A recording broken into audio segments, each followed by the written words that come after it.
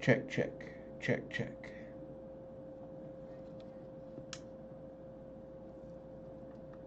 There we go. Hey, everybody. Welcome to the show. Glad you guys could make it tonight. Hello to Blondie and Leia and Winter. Good to see you. And Brandy. Always good to see you guys. And El Gusto. There he is. Welcome, welcome, everybody. Hopefully, you guys are ready for some cool stories. Let's see. No real news to speak of. Business as usual around here, just writing and stuff.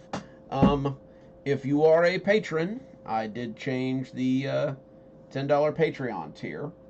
So, for the time being, books will no longer be included in the $10 Patreon tier. I know, I'm sorry. It became kind of a lot, and I had to step back a little bit.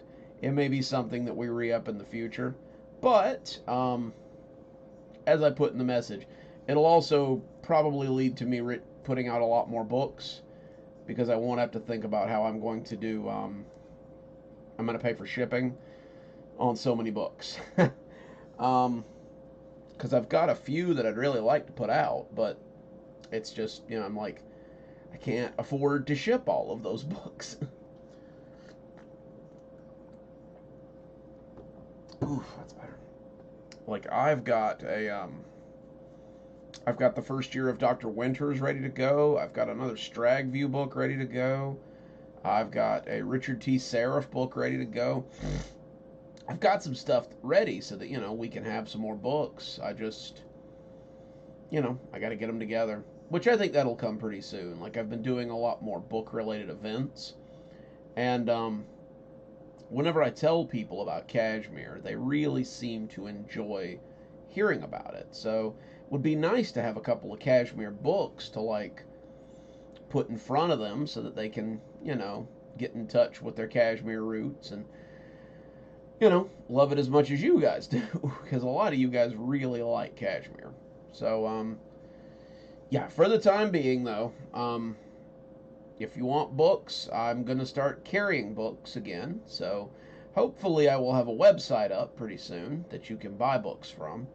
Till then, just email me and we'll work something out. Like, I've got tons of books in my shed. I'd love to sell some of them to you guys so I can afford to buy more books. But yeah, got a lot of cool stuff coming your way. Speaking of Mr. Seraph, he is this week's Friday Kashmir story, so you guys will be seeing an extra long story from him this week. Let's see. But without further ado, let's go ahead and get started, I reckon. Let's see. What should we read first?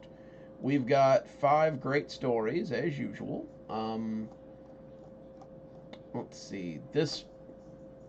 The Mysterious Bookshed, where all books go to die. Hello, my love. The wife's cutting through, so everybody say hi to my wife. Say hi. Hello, subscribers. But, yeah, I've got just a shed full of books, and I'd love to sell some of them to you guys. Just hit me up on my email that's on the channel, and we'll work out logistics, and I'll be happy to send you guys signed books. Some of you have some of those books, and a lot of you are pretty happy with them, so can't say as I can complain too much about it. Let's see. So, first off tonight is going to be our Monday story, which is going to see the return of our travel writer and the return of something else that some of you longtime listeners may remember. If you're not a longtime listener, don't worry, because you're going to get a crash course in this particular little fella. So, let's hear about how our travel writer goes to see the world's largest and oldest pumpkin.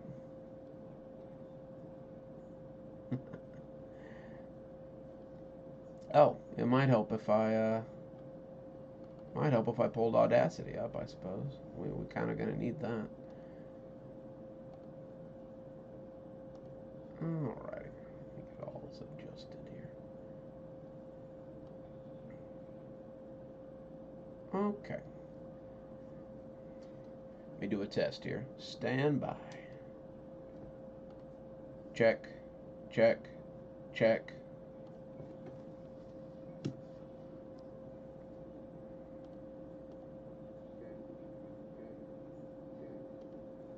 Alright. Okie dokie. So, hello everyone, and welcome back to Tales from a Traveling Writer. It's actually been pretty slow lately.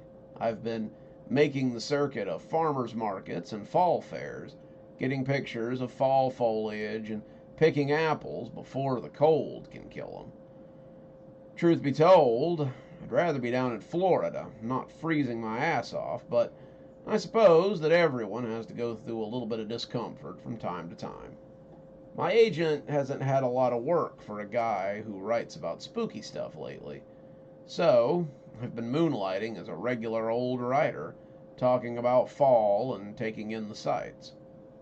I was sitting at a Motel 6 a couple of days ago, doing a write up on how John Augusta's apple cider is about the best apple cider I have ever drank in my whole gosh darn life, which I'm sure isn't true, but nobody really cares, when I got a call from my editor that I just knew was going to send me somewhere weird. Hey, Chuck, it's your editor. I hope you're ready to see some sights because I've got a doozy for you. I leaned back in my chair and cocked my leg on my knee, waiting for him to tell me he had some kind of, I don't know, three-headed pig or a hotel that was haunted by the ghosts of an old string quartet or something. My editor has been a little stingy lately, but I suppose it was time to hop back in the saddle and write what paid the bills. What you got for me? Well, got a little town in Virginia that's kind of got a weird history. It once claimed to be the home of the world's largest pumpkin, but now it's more like a ghost town than anything. The editor over at your usual correspondence has been keeping an eye on it for a while, but the last guy they sent over to have a look at it seems to have never come back. He says you've had some luck with these sorts of things and thought you might be just the man for the job. Spooky, I told him sarcastically. So I guess if I turn up missing, maybe the next guy you send over can finish up the story, right? Try not to go missing, Chuck. I got winter fairs coming up next month, and I could really use a guy on the street to go have a look at 'em.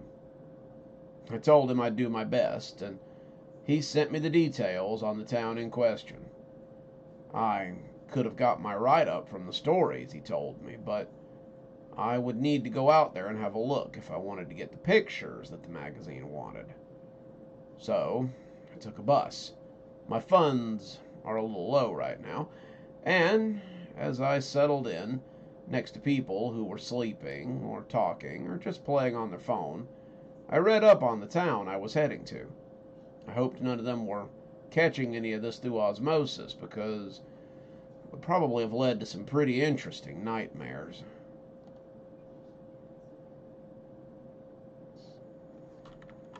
Here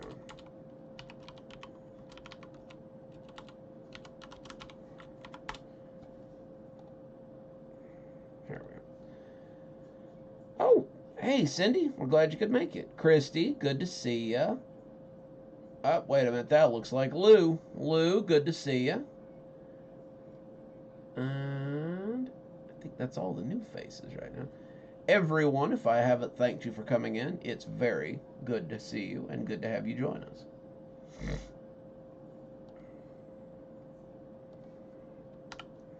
We are reading our traveling writer story for the day.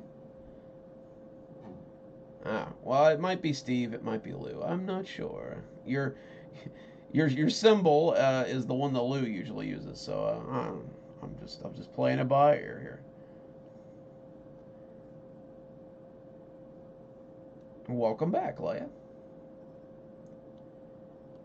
The town of Gladys, Virginia is about as rural as it gets.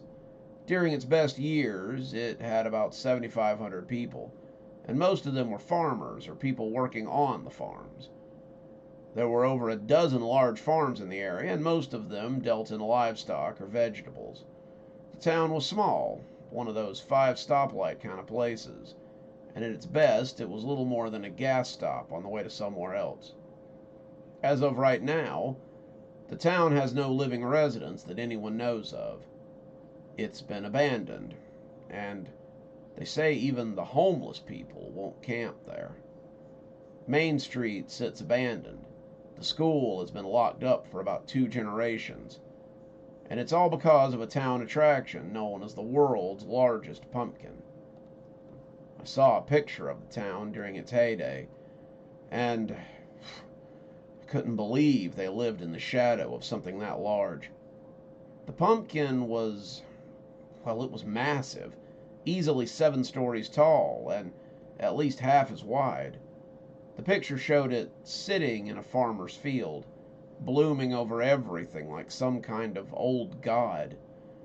It was massive, intimidating, and not exactly what you would expect to see in a town that size. The reason I was going was that they felt like the pumpkin was also linked to multiple disappearances.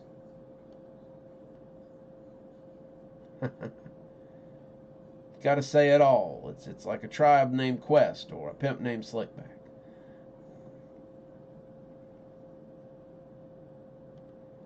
They didn't actually believe the giant pumpkin had made people disappear. No, they believed it was the man behind the pumpkin that was responsible for the disappearances. Clarence Morgan had owned that farm for nearly 100 years. His father had left it to him after his death, and he'd been a local figure of some notoriety. He was a well-known farmer and had won the pumpkin contest several years running. Before the appearance of the world's largest pumpkin, however, he'd been rivals with another local named David Decker. David Decker had been another well-known farmer who had won many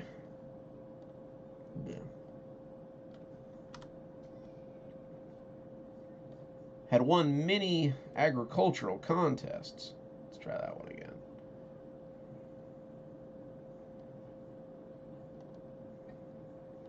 Who had won many agricultural contests and fairs in the area.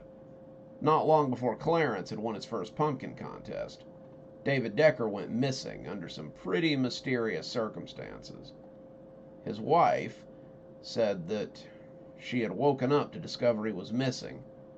There had been a search for him that had stretched over several counties, but nobody ever saw David Decker again. He was not the last one to go missing, though. Reggie Studebaker, who owned a local agricultural store in the town, also went missing that same year. The police suspected that David had something to do with it. Reggie and he were good friends, but they never had any evidence to support it. After that, people would go missing from the annual pumpkin patch that was held at Clarence's farm. People went missing at the county fairs when the pumpkin was taken around. Clarence's wife had also gone missing not long after, but it seemed like nobody was putting it together that Clarence was involved. If they did, they weren't looking very hard because they never found any evidence of him being connected. The strange part was, there was nothing to report that Clarence had died. He would be mighty old by now, and couldn't imagine that he was still sitting on the farm and taking pictures with the occasional tourist that might wander up. When we pulled into Fairfax, I rented a car and drove the 2 hours to go see this abandoned town. I'm glad you're doing better, Leia. That's right, we're reading our travel writer story for the week, so settle in, it's going to be pretty cool. Oh man, that sounds pretty cool. I wish the mushroom gods would bless me. I didn't say that on live stream, you did not hear that.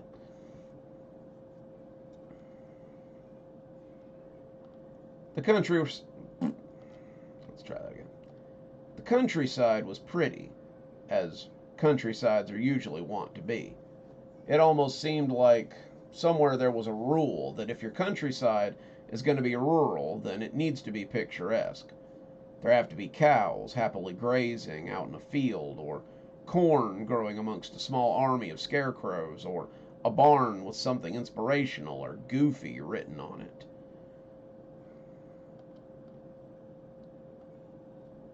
Gotta stop losing my train of thought.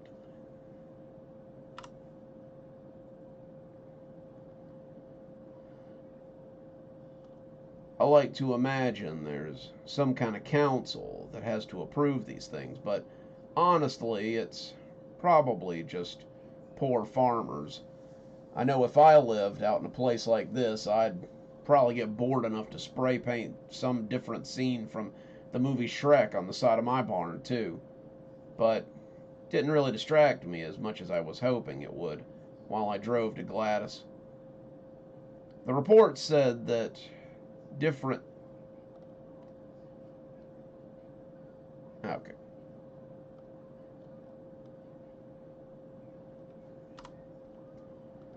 The report said that the disappearances didn't really stop once people left the area. You would get missing tourists called in every now and again by their. Bleh, tongue-tied tonight. The report said that the disappearances didn't really stop once people left the area. You would get missing tourists called in every now and again by their worried families. In 2014, a school bus with the national runners-up in football had gone missing in the area, and it was believed that they might have taken a wrong turn and ended up in Gladys. People's families sometimes came to see why they never called or wrote anymore. Debt collectors came and tried to bring money out of people who weren't there anymore. Most of these people did not come back out of Gladys once they found it. And that was how the mystery.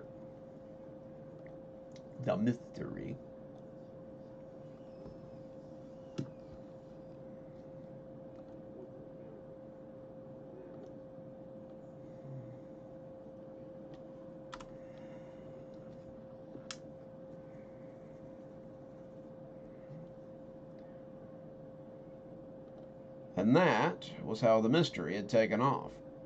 People online kept telling the curious not to.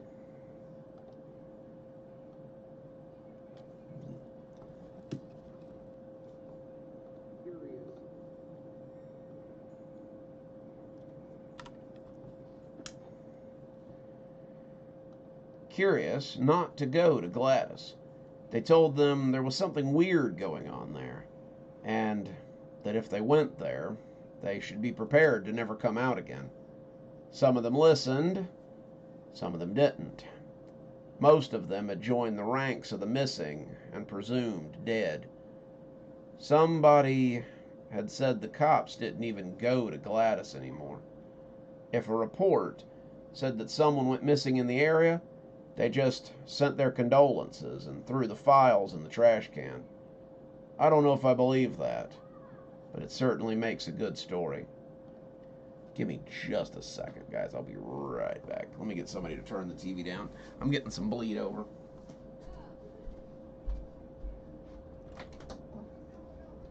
Hey, guys, can you turn the TV down just a little bit? Get some bleed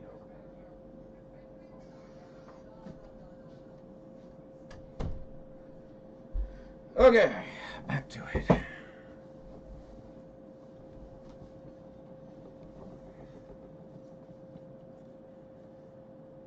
It wasn't until I came to the outskirts of the town that I started to think there might be more than rumors to the place.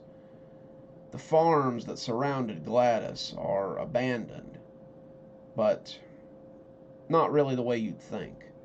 They're like time capsules in a museum. You can see barns that are getting ready to fall to the ground. You can see fields choked with vegetation. I can't talk tonight.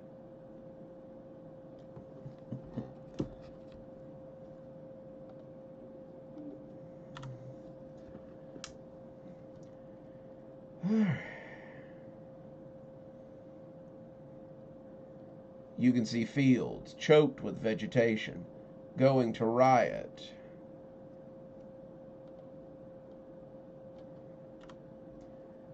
Which would probably need a whole fleet of yard tractors to get them back again.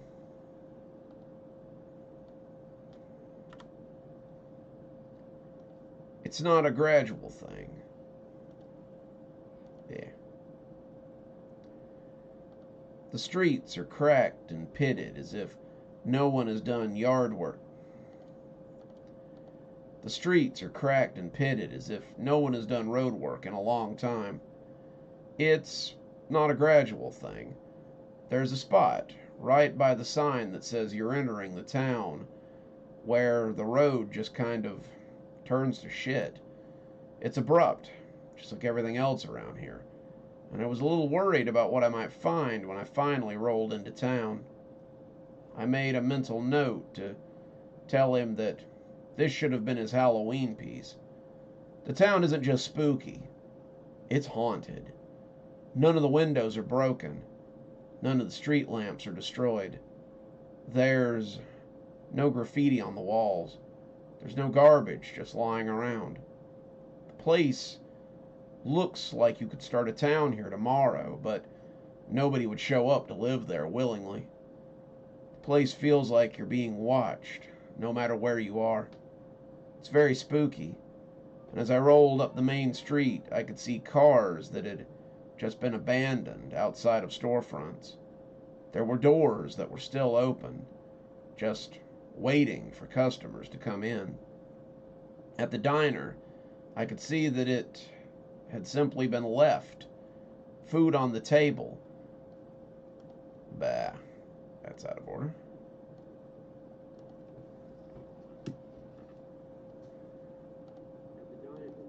Tell Lance we all say hi. He's a trooper.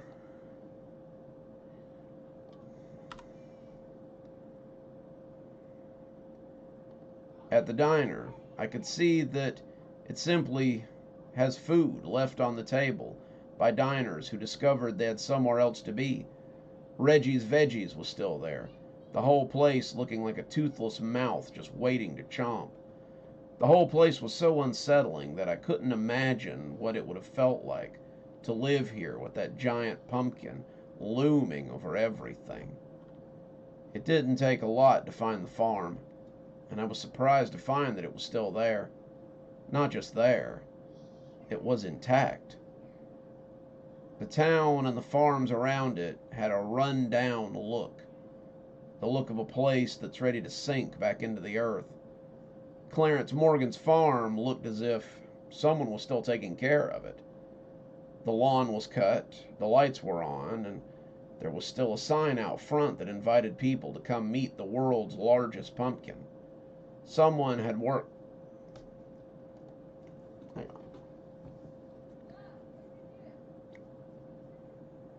on. Well, thank you. I do too. I found this shirt at a thrift store, actually. Best $5 I ever spent.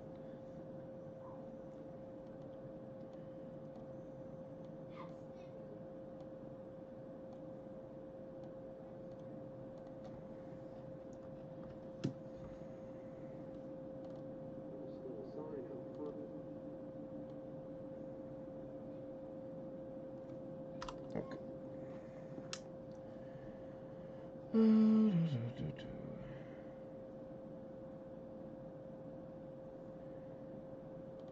There's still a sign out front that says, "Come meet the world's largest pumpkin."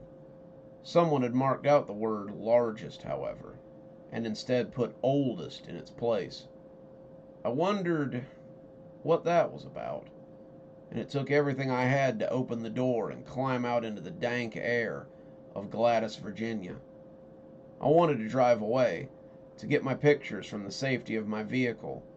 Something about the place felt wrong. It seemed like if I just stayed in my car, then I might be safe. If I let whatever was in the air pass the seal on the door of my car, then I might get infected with whatever had taken all these people. And that would be when I go off and never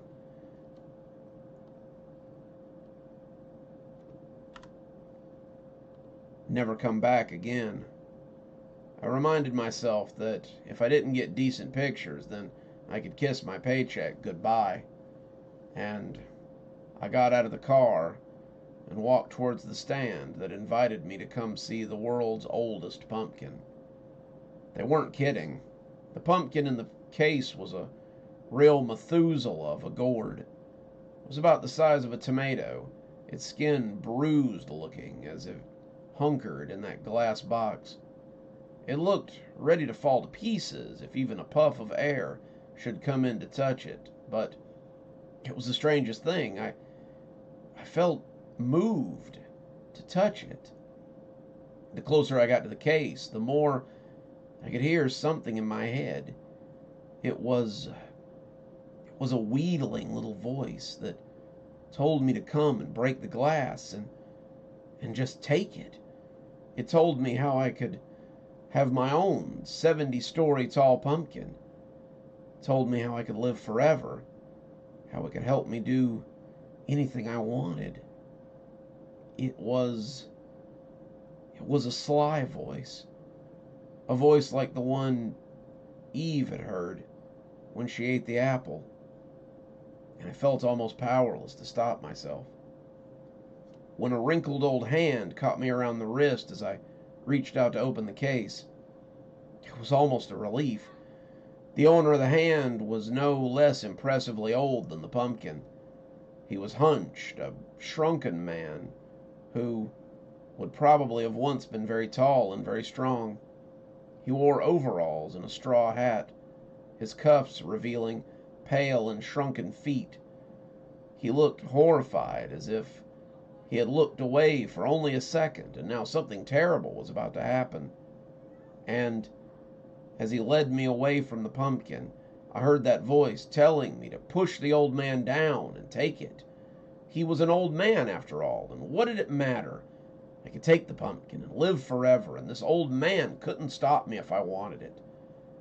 It said a lot of things, a lot of very terrible things, but I'd finally gotten far enough back that I could no longer hear it, and that was good. It was good because the longer I listened to it, the more it felt like I was going insane. "Tricky old devil," the old farmer said as he brought me a safe distance away. "I go inside to use the bathroom for 5 minutes, and he nearly tricked somebody else into freeing him. I'm sorry, son. I keep putting up signs, and then somehow they keep disappearing. I imagine you've come a long way to see the world's largest and oldest pumpkin, but you've probably also guessed that he's dangerous. I'd be happy to answer any questions you might have, but we need to stay far enough back that he can't fiddle around inside your head." "Thanks," I said shakily. "For a minute there, I thought he was going to get me." The old man took a seat in my back seat, and as I sat in the front and pulled out my steno pad, he told me all about the pumpkin. He said it was a blood pumpkin, something he'd gotten from a friend a long, long time ago. He said it had brought him great fortune and great notoriety, but that it had taken everything from him in exchange. He was now the only resident of Gladys, because the pumpkin had taken them all to the soil, and one by one it had taken them into the ground and devoured them. "I won't let him have anyone else. I keep him behind the glass case. It's harder for him to get at people that way. Sometimes he still tricks people, but it's been years since he's had a decent meal. Nobody comes to Gladys, not in a long time, and his power has begun to dry up. I'm hoping that someday he'll wither away to nothing but an angry little seed, and then I can do something about him for good. Till then, I keeps my vigil here. He's my responsibility. I did this. Now I have to pay the consequences as well." I asked him if he was Clarence Morgan. He said no one had called him that in a very long time. I asked him how old he was, and he said he was young enough to keep an eye on that hateful pumpkin. I asked him why he didn't just destroy the pumpkin if it was such a hassle, and he laughed and asked me if I thought he had never tried that. I asked him why he stayed, and he said because somebody had to protect people from that thing. I got some pictures. Careful to use the zoom lens on my camera. And I got some pictures of the town on the way out, too. As I sit here writing this article, I'm very conflicted on whether or not I should give it to my editor. It's a good piece. It'll probably sell a lot of papers, but it might bring people to Gladys, and I'm not sure that's a good thing. The people this pumpkin comes into contact with, they change something.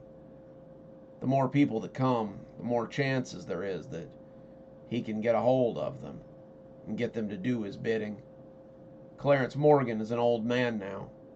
No matter how long he lives, I have to think his days are probably numbered.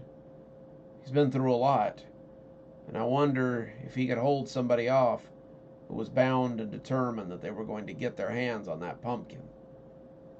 Suppose if you see this article the next time you read one of my magazines, you'll know I sent it in. If not, then do yourself a favor and don't look for Gladys, Virginia. The sights here are wondrous, but they definitely come at a cost.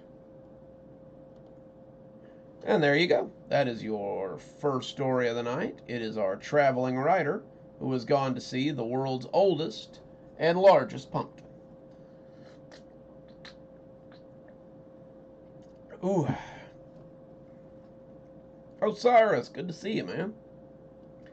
Good to see everybody who's joined us tonight. I tell you what, I had a little bit of a scare last week, so stand by while I save this.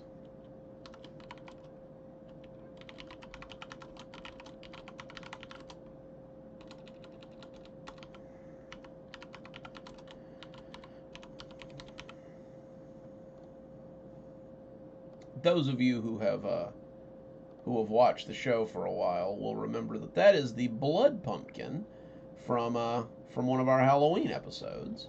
Figured I'd bring him back. He needed a bit of a revitalization there.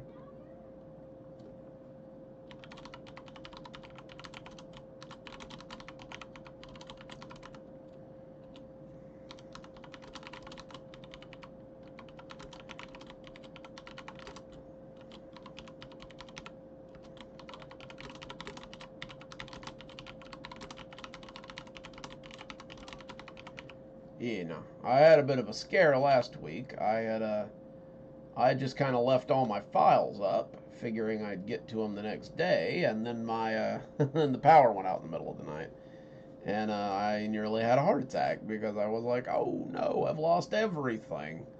But luckily, I got it all back again, so that was good. Yep. It is indeed Leia. It is the exact one, and he is still kicking around, it would seem. Oh, yeah. Every time you gotta save, save, save. Especially in this line of work. Let's see. What shall we read next? What shall we read next? I think maybe we'll read our Kashmir story next. This one is about our friend Wayne, who works for the Kashmir Intrigue. And Wayne is going to a very special event tonight that I thought you might all like to hear about. So, let's hear a Kashmir story about the fall bazaar.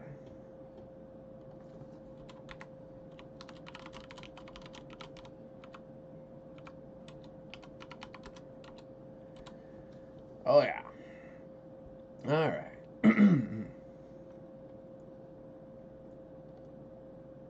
Wayne was just finishing up his article for tomorrow's paper when his editor wandered up in a tizzy. Wayne hated to see that man coming up looking lost. It usually meant that Wayne was going to be working double. Wayne had been with the Kashmir Intrigue for about a year, and it never failed that he was the one that had to pick up the slack. "Wayne, I'm so glad I caught you. I need you to do a rush job for me. Nothing major, but it does need to be done before the end of the day." Wayne sighed, slid his article into a manila envelope, and turned back to his boss. "Sure.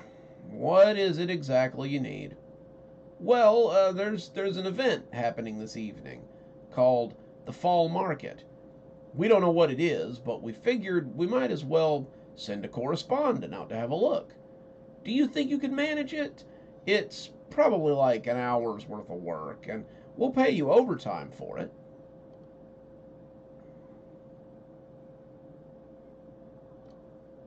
No, different Wayne. Did we have a Wayne that ran a granola store? Might have to think about that. Wayne's ears perked up at the word overtime. The holidays were coming, and it would be real nice to be able to get his relatives something cool this year instead of the usual crap that he found last minute. Plus, a fall market didn't sound too hard. Wayne agreed, and the editor seemed pleased. "It's on the outskirts of Old Town, by Johnson's Promenade. You can't miss it." Wayne grabbed his tape recorder.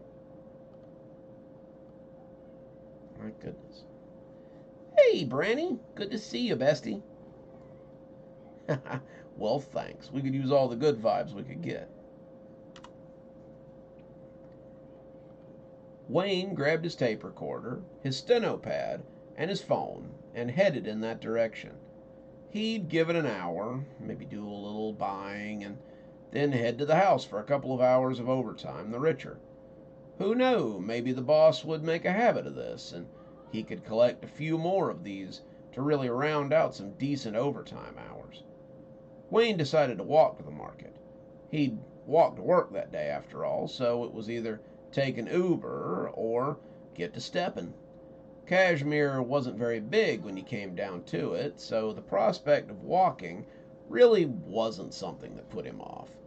He passed the graveyard, the curiosity shop, went by Libris Talent and the Forgetfulness Clinic, and was at the spot where the market was supposed to be ahead of schedule. "Guys, a little loud."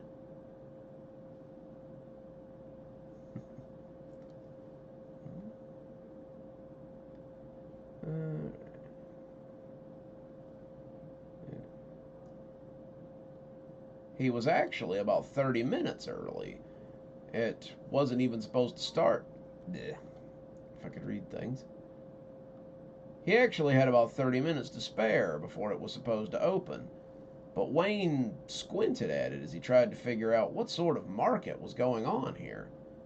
It was just an empty lot. There were no stalls, no people unloading boxes of produce, and with only half an hour before opening time, it seemed like there should have been more going on.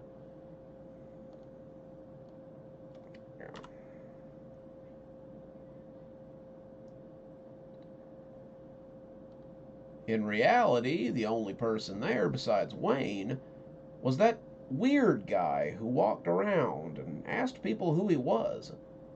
Today, though, he wasn't asking anyone anything.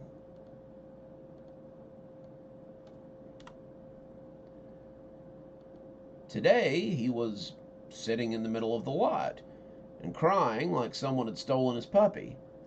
He was just sitting there, making big hiccuping caterwauls, and Wayne felt like he should go ask the guy what was going on. He didn't know why. He had never really felt moved to approach this fellow before, but something about the way he was crying told Wayne that he might need a friend right now." Wayne walked up to the old vagabond and asked him what was going on. The crying guy jumped and took his face out of his hands, long enough to look at Wayne before sucking in a noseful of snot and telling him it was all ruined. "What's ruined?" asked Wayne. "The evening market. I've no idea what sort of things to put there. I don't have long before it starts, either." Wayne scratched his head, not really sure what to tell the guy. Wayne had been to lots of markets, but he wasn't really sure what you put in a fall market either. He sat down beside the guy, who had started to cry again, and thought about what sort of things he had expected to find at the fall market. He didn't question what the guy had said. It didn't really seem to apply to the situation, but as he thought, Wayne found that he could think of something that might go in the market. Well, I guess every market has to have a greeter right up front. The man stopped crying and looked at Wayne, looked at him as if he wasn't really sure he was seeing anybody for a moment. "What?" "Well, yeah. Otherwise, how would they know where they were? They gotta have a greeter and maybe somebody to take donations for some kind of local charity. I think I heard that the school was doing a book drive, so maybe they could be picking up money for that." Wayne didn't stop to think about what he was doing until hours after it had already happened. Wayne didn't make a habit of playing make-believe in empty lots with homeless guys, but talking to the guy seemed like something he should be doing. For his part, the crying guy was nodding and looking pretty pleased with himself. Yeah, then what?" "Well, it's getting..." Hang on a second, guys.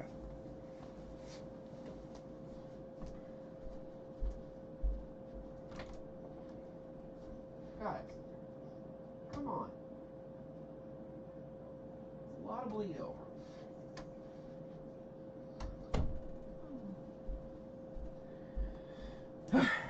Rambunctious children. I think we're all going to cry a little when Grandpa dies. If you're just joining us, we're listening to our Kashmir story for the week, which is about Wayne, who writes for the paper. All right, let's see where we were. It's a little bit distracting, too. Look.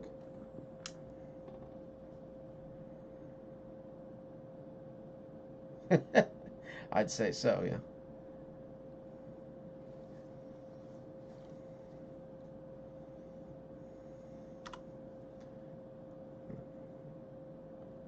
Well, it is getting pretty close to Thanksgiving. Maybe there should be some people selling produce. You know, pumpkins and corn and gourds and stuff. Come to think of it, maybe there should be someone beginning to sell Christmas stuff too, like, ornaments and things. The guy wasn't crying anymore. He looked pretty happy, and he was nodding frantically at Wayne as if he was giving him just what he needed. "That's great. Yeah. Then what? Then what?" Ah, well, people like food. Should be a couple of food trucks sitting around so people can buy food. I bet somebody selling hot tea would do really well too. Oh, maybe coffee as well. I bet people would pay big money to get something warm on a chilly afternoon like this. As he talked about it, it almost felt like Wayne could smell the things he was describing. The smell of roasting coffee and the smell of cooking meat made his mouth water. But the guy wasn't letting up in the least bit. "What else?" Well, let's see.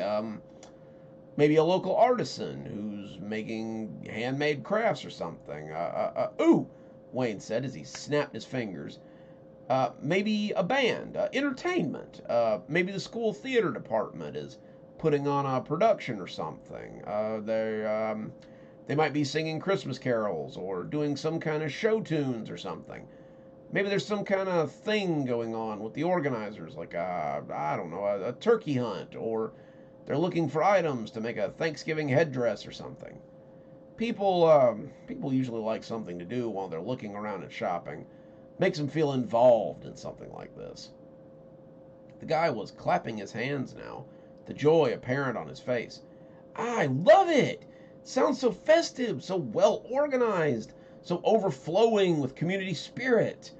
I think it'll be a lot of fun to go to something like that, don't you? Wayne nodded. Sure did. That's actually what I'm here to write about. The paper sent me out to cover the events at the fall market, but I get here and there's nothing here. The man clapped Wayne on the shoulder, and when he smiled, it felt like Christmas lights blinking in Wayne's head. Of course it wasn't. I was just waiting for you to bring it to life. Thanks, Wayne. You always know just what to say to make everything special. As the guy got up, try that one again. As the guy got up and started walking towards the empty lot, Wayne turned around and realized that a fall fair had popped up behind him without him noticing. It had everything. People selling food, people selling ornaments and handmade crafts, the school choir singing a show tune medley with some holiday songs worked in, and even a little activity going on to find all the handmade turkeys that were scattered around the event booths. Wayne smiled. It was almost exactly what he had imagined. He wandered around the fair until dark, writing his article thoroughly and enjoying himself.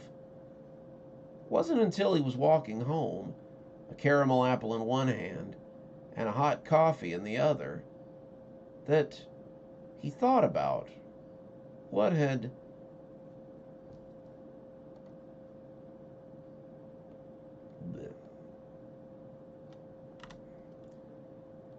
what he and the guy had talked about.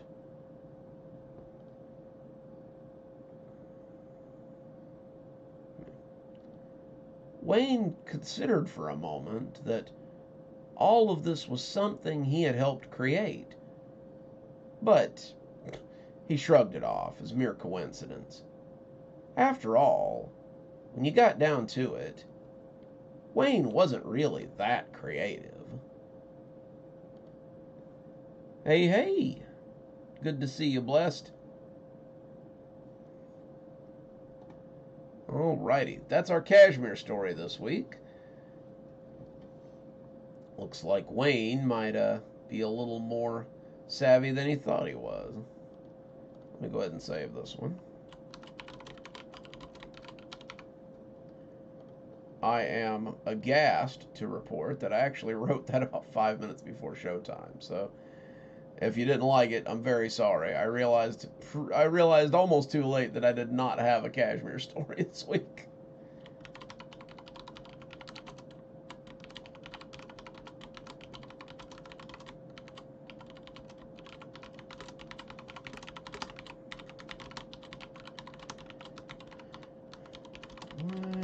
Let's read. Bing, bang, boom.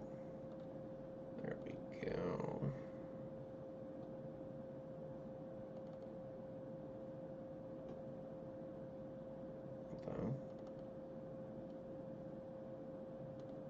Oh, is it gonna do it? What?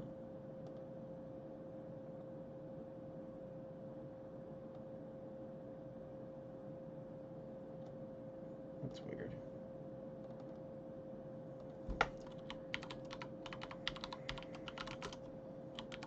Try that again.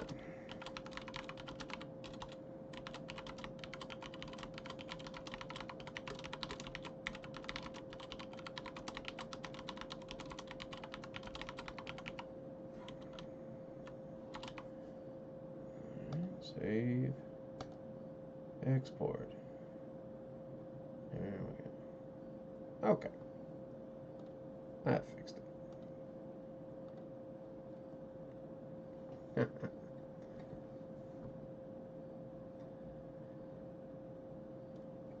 Let's see. What shall we read next?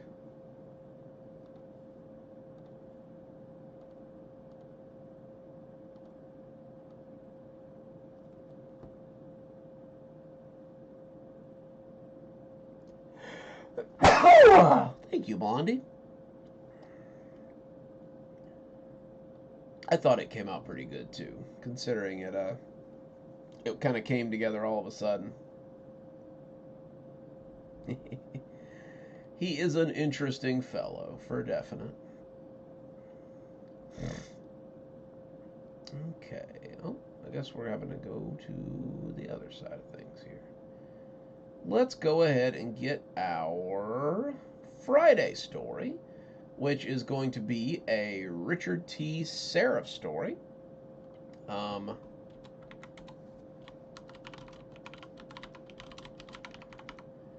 This one is about Richard T. Seraph and a little bit of a mix-up and how it might affect things on his end. So, today we're going to read The Natural Order of Things, and I hope you enjoy it.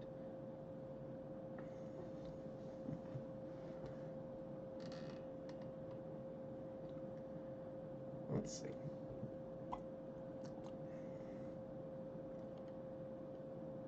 Mr. Seraph looked up as the door opened, and he smiled at Mr. Jones as he came back from his delivery.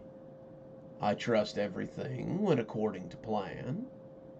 Mr. Jones was all smiles, rubbing his hands together to get the chill out of them as he removed his coat and left it on the coat rack. "Of course. I dropped off both books with their prospective buyers and received payment confirmations from both Mrs. Winona Carleton and Mr. David Claus." Mr. Seraph nodded, content that the errand had been performed to his standards. Something tickled at the back of his mind, however, and he felt he would be remiss if he didn't ask the obvious question. "And you're sure you delivered them to the right people?" Mr. Jones put his hands on his hips and stared at his employer. They'd been working together for quite some time, and the two of them had developed quite a rapport with one another. Mr. Seraph would have easily said that Mr. Jones was the best assistant he had ever had, but the man was human, and thus fallible. Mistakes could be made, and in this business, that could be quite a lot of money. "Of course I did. You know me better than that. I delivered the black book with the gold print to Mrs. Carleton, and the black book with the yellow print to Mr. Claus." He said it so candidly, as if David Claus wasn't one of the most prolific writers of the 21st century. David Claus was working on his Amnesty series, something he'd been doing for the better part of 4 years, and the 6th book was highly anticipated amongst his fans. Not that the talent he had given to Mrs. Carleton was any less impressive. Winona Carleton was the songbird of her generation, and she had a voice that could make angels weep. Mr. Seraph was about to nod and tell the boy that that was just so, but then he stopped and set his pen down as he gave him a very hard look.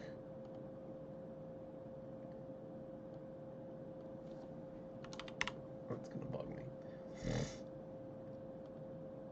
"You gave the black book with the yellow print to Mr. Claus." "I did," said Mr. Jones, as he leaned back and put his feet up on the desk. Mr. Seraph thought about this for a moment, contemplating why he had sent the boy out with 2 books in the first place. He should have sent them one at a time, but they were both in Atlanta, and it would make sense to kill 2 birds with 1 stone. He racked his brain as he tried to remember the order. The book with the gold print was going to Mrs. Carleton, wasn't it? One of them contained the talent of a 16-year-old girl from Kentucky who could sing like no one's business, and the other contained the writing talent of an old man who had been writing since the turn of the century. Both were very talented, but their talents were as different as night and day. Yes, ma'am, he is as human as you and I. Hey, Susan, we're glad you could make it.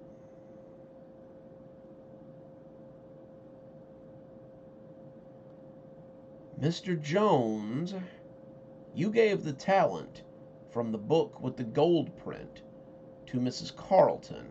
Is that correct?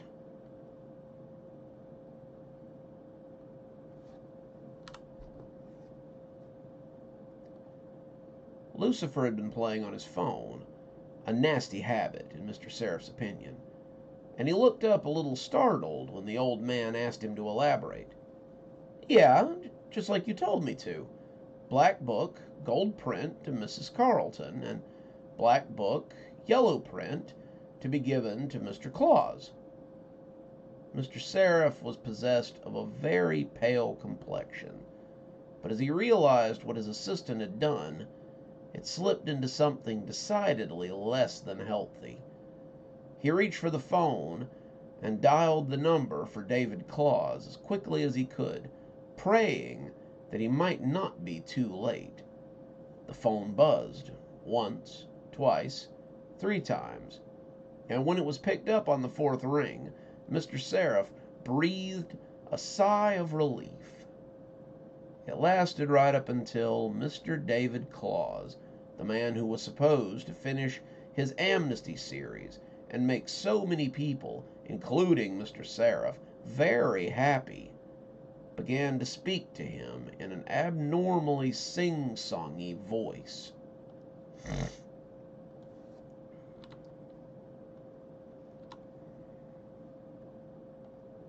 Hello, Mr. S. I was wondering if you would call and check on the delivery. You can rest assured the talent came in, and it is stupendous. Glad to hear it, Mr. Seraph said, his face showing a direct lack of gladness. I was just calling to see if it put you in the right mood to finish your book series.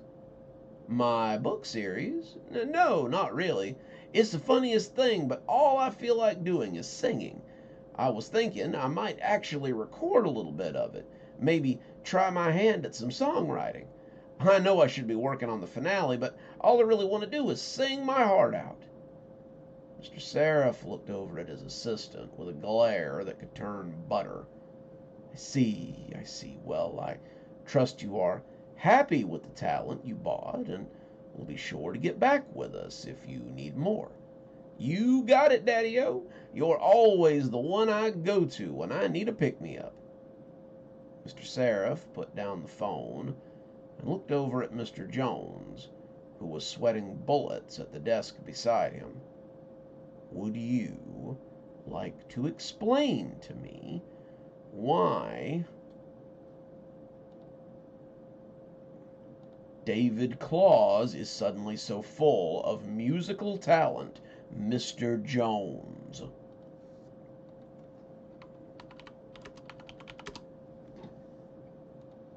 Lucifer M. Jones looked as if he would like very much to turn into a puddle and sink into the ground.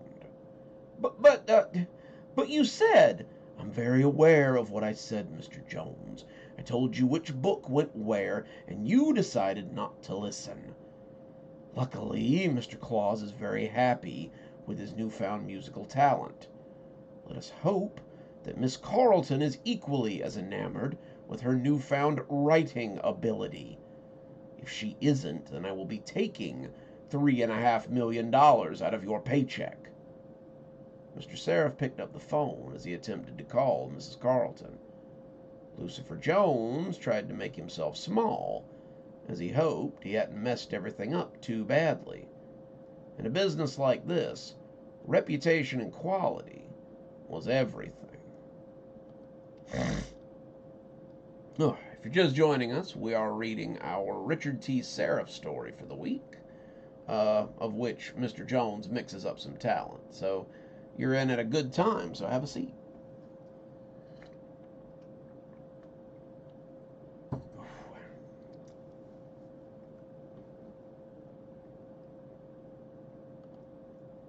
Mr. Camber picked up his phone on the second ring.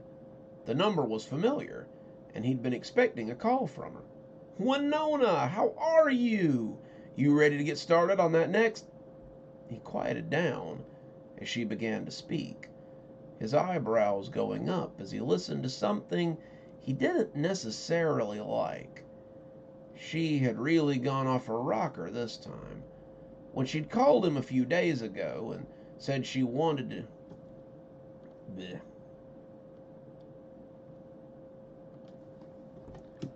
Skipped a bit there.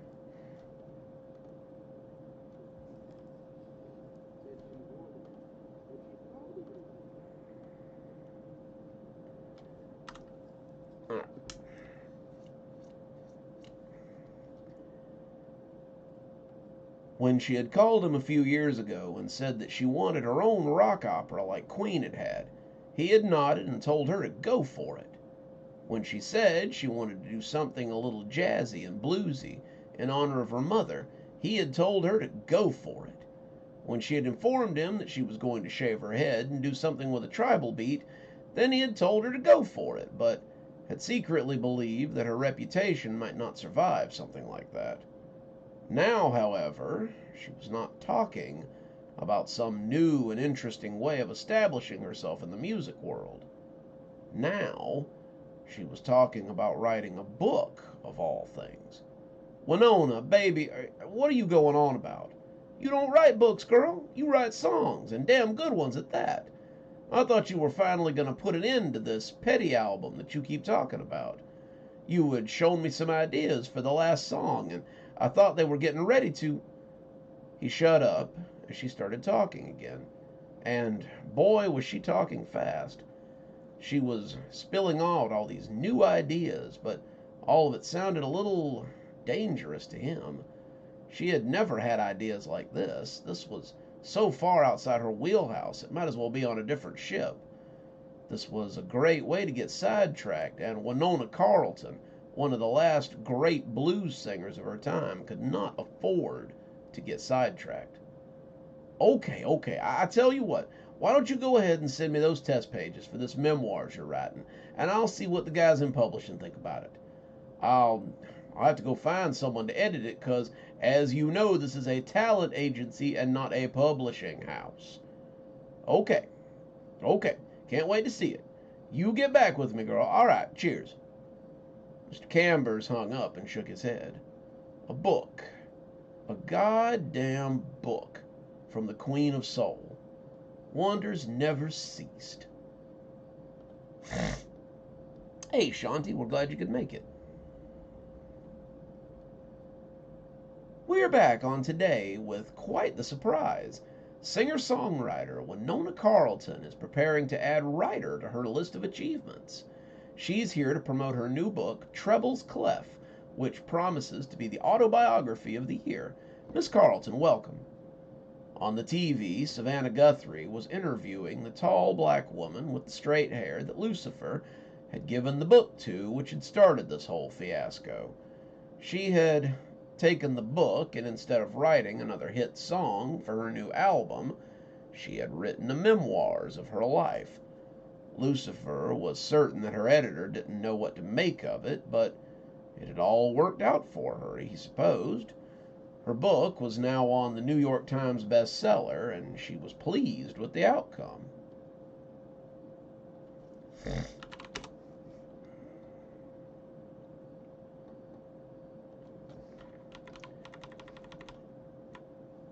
There we go.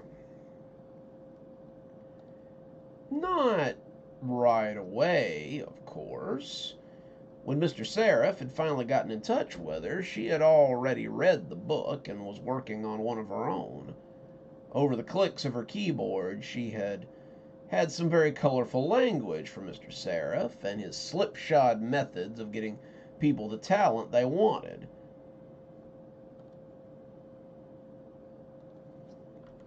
Somebody's... What in the hell? Somebody's car alarm is going on. This is why I moved out to the middle of the country, to avoid stuff like this.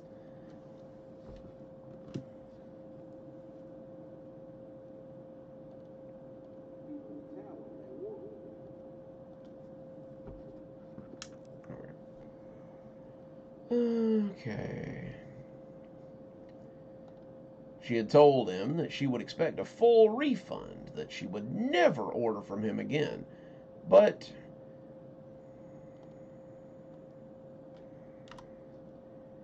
and that she would tell her friends who ordered from him to never order from him again. But a week later, her tune had changed, so to speak. She was excited about the direction the book was going. She was very happy telling her story to her fans, and those who were unaware of her as well. Her editor had read the first page of the book and said that she must finish it for everyone's benefit. She was still a little angry, but she had told him that a refund wouldn't be necessary. She had told him that she would be talking to her friends about maybe ordering a little more from her, and that she would definitely be ordering from him again. She actually wanted to thank his assistant for the mix-up, because it had led to something unexpected, and she was very happy about it. Well, Savannah, the book is a story of my life. It talks about a young girl from Louisiana who discovers her voice and pulls herself up from nothing in order to help others do the same.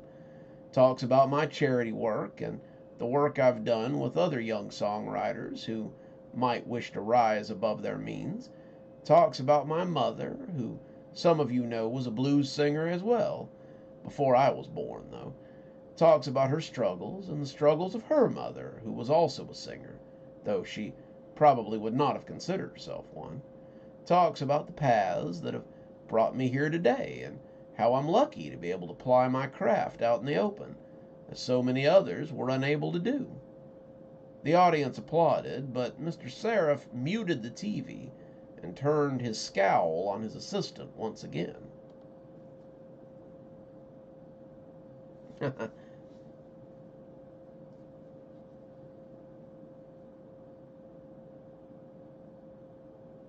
Yeah, probably. It's a mess.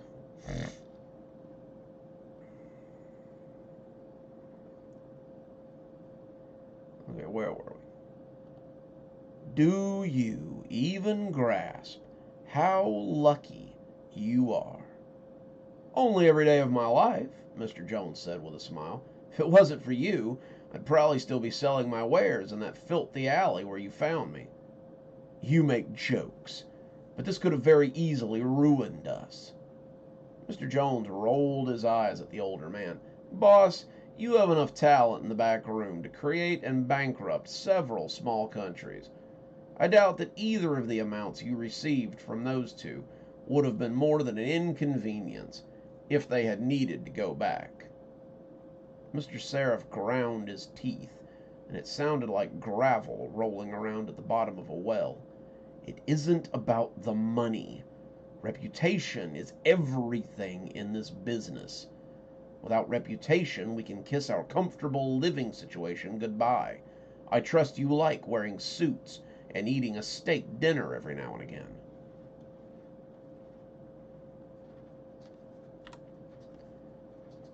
Mr. Jones nodded. He did rather like those things. Well, then we must keep our reputation sterling. We got lucky this time, but luck is something that can run out. It is often something I do not have stored in the back. Mr. Jones flapped a hand at him. You worry too much. It all worked out in the end. Mr. Seraph shook his head. Oh no, my friend. I fear this is far from over.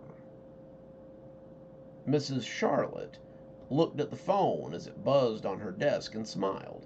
It was David, finally. She hadn't heard from him in a week, and she was getting anxious. His new pages hadn't come in either, and she hoped that he had good news about his latest work, the final novel in his Amnesty series. Mr. Claus, to what do I owe the pleasure? She listened as he started talking, and the longer it went on, the more anxious she became. He was talking crazy, not like his usual self at all, and the things he was saying made her think he might be having a mental breakdown. You you need someone to help with an album, like a music album. David, this isn't that sort of agency. We don't, uh-huh, I see. I don't suppose you have any new pages for your Amnesty series, do you? Haven't had time. I see. It's just that we forwarded you a check for it, and yes, yes. Well, I suppose I can send you the name of someone who can help with the album. But maybe try to put some pages together too while you're at it. We really wanted to debut it in 3 months. Okay. Thank you. Ciao. Miss Charlotte hung up and grabbed her Rolodex. David Claus was not well at all, and she'd just have to hope that he snapped out of this before he made a serious mistake. Libris Talent? How may I? Oh, Mr. Claus, what a pleasant surprise. How can I help you this fine day? Mr. Seraph listened to the man on the other end of the phone, his face becoming darker as the conversation went on. You need more talent. Well, that is something we can help you with. I have a very promising bit of writing talent and the musical talent. Mr. Seraph listened a bit more, his eyes scooting down to his assistant as one of his long-term customers detailed his new career path. You're working on a music album. I'm confused, Mr. Claus. We've always done business in writing talent with you. Yes, I see. Well, I suppose I can get you some musical talent. I have quite a bit of it in the back, as it were. Yes, I'll bring it over personally this time. Okay. Have a lovely day. He hung up the phone and looked over at Lucifer, who was pretending to fill out paperwork. I think you may have upset the natural order this time. Lucifer only shrugged. Sales are sales. They're paying for the talent, so I don't see what the problem is.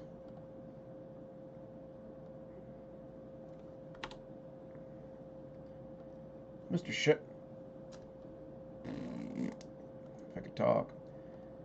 Mr. Seraph shook his head. That's the problem, my dear Mr. Jones. We're here to make money and to promote a certain amount of chaos, but the natural order must also be maintained. You have upset that, and there may very well be consequences. Mr. Jones went back to his paperwork. Whatever you say, boss. In entertainment news, David Claus, the writer of such works as the Amnesty series, has just announced his intentions to write a soft rock album. The music within is very good, but the general consensus is that it isn't what the fans are here for. Most of them came to the launch for the album to ask when the next book in his Amnesty series will be. Mr. Claus seemed very upset about being questioned and left midway through his own party, citing stress and a distinct lack of appreciation. I, for one, am looking forward to the finale of the Amnesty series, and I hope this will not hold up the continued story of Jeffrey Ammons and his detective agency. The graphics showed a very upset David Claus as he walked quickly away from his own party and mouthed the words "no comment" at reporters. He did not look like the same man that Lucifer had so gladly dropped a book off to less than a month ago. He looked like he'd not been sleeping well, and that he was frustrated that his work was not being appreciated. In other news, we have a similar story from Winona Carleton, last of the great blues singers, and her strange and sudden writing career.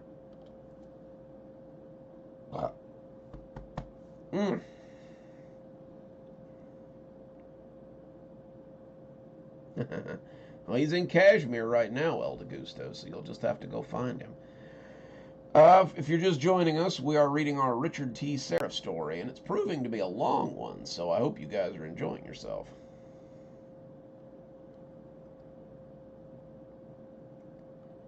Her autobiography sold very well amongst fans, but there seems to be a real question whether she will ever go back to writing music.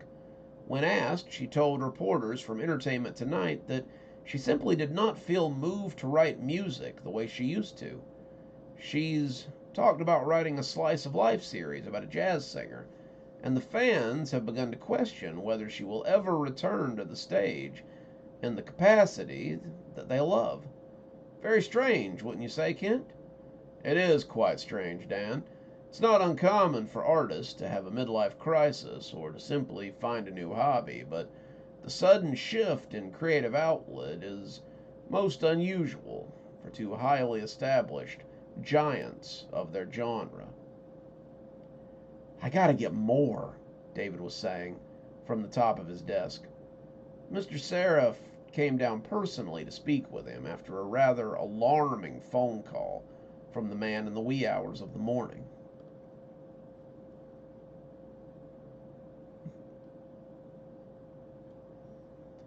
Could certainly use a top-up every now and again, Shanti. There are certain days when I definitely could use a little bit more talent. The state he found him in was doing nothing to put his mind at ease.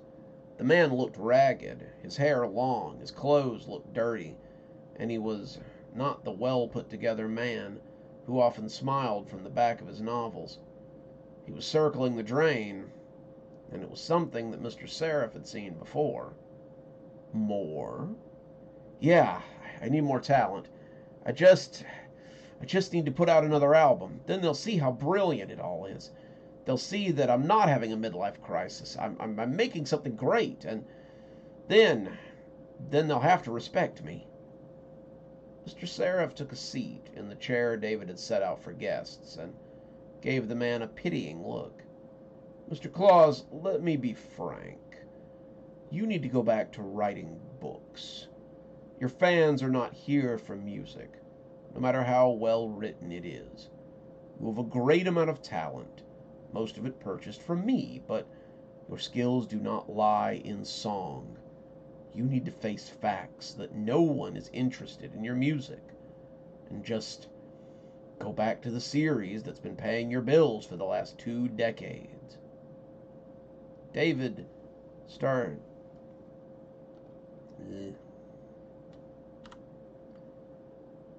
stared dejectedly at his hands and did not seem to like what he found there. I can't go back. I found something real when you gave me the music. It may not have been real to others, but it was real to me. If I went back to writing now, it would be hollow and meaningless. I would remember that I'd done something that I truly loved, and it had been rejected. I don't think I want to go on. Mr. Seraph tried a few more gambits in order to get Mr. Claus back on the right track, but in the end, all he could do was leave and tell him to call if he changed his mind. In the end, David Claus did not change his mind. In the end, he changed something far more irrevocable.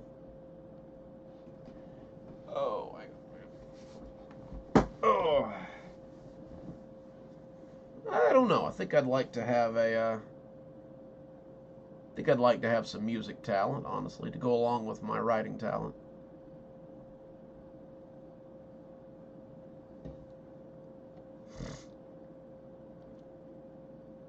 Sad news from the literary world. David Claus, the writer of the Amnesty series, has taken his own life. It's unknown why he chose to end things in such a way, but his agent said that he'd been going through something difficult lately and wishes his family and friends his deepest condolences. Services will be held on. Mr. Seraph muted the TV and turned back to look at his assistant. Bleh.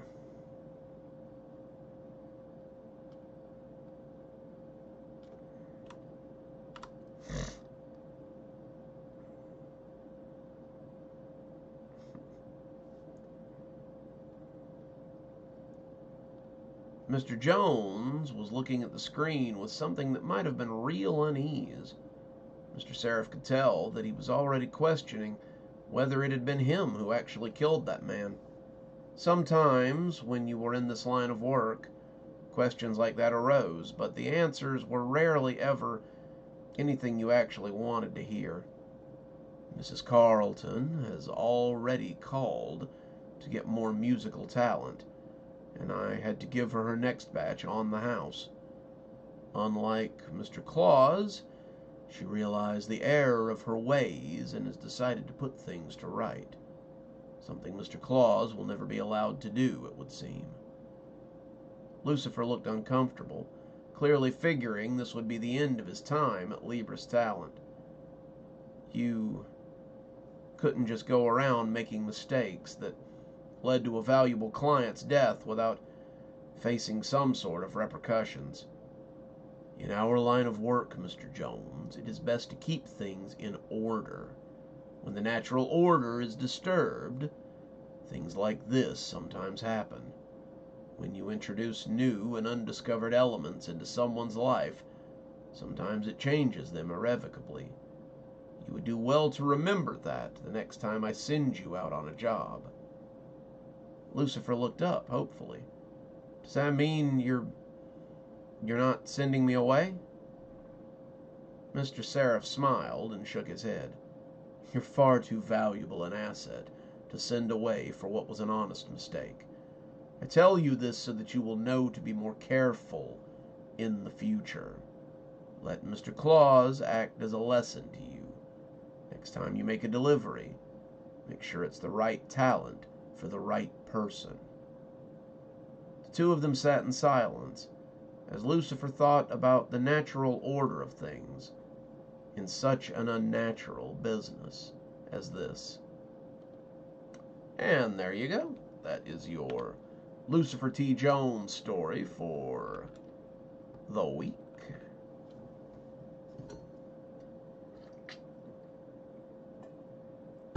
Ooh, I've been trying to make some of them on the longer side.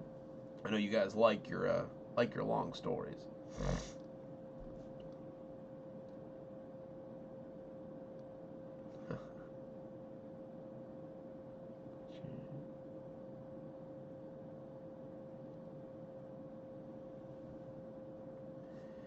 So many good authors out there, for sure. I need to probably read a little bit more myself. Let me save this up real quick.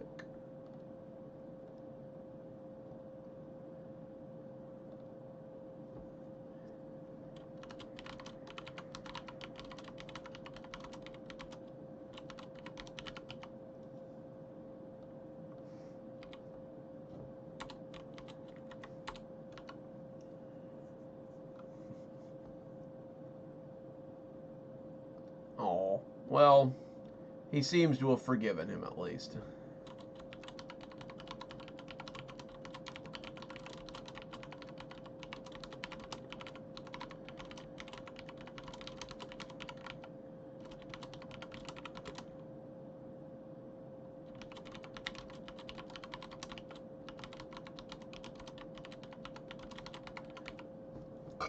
Excuse me.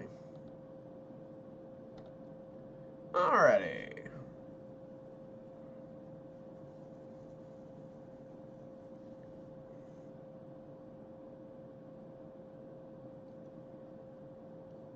Well, of course he is. Of course he's human. He's only human. I mean, you can't hold it against him. To err is human, to forgive divine.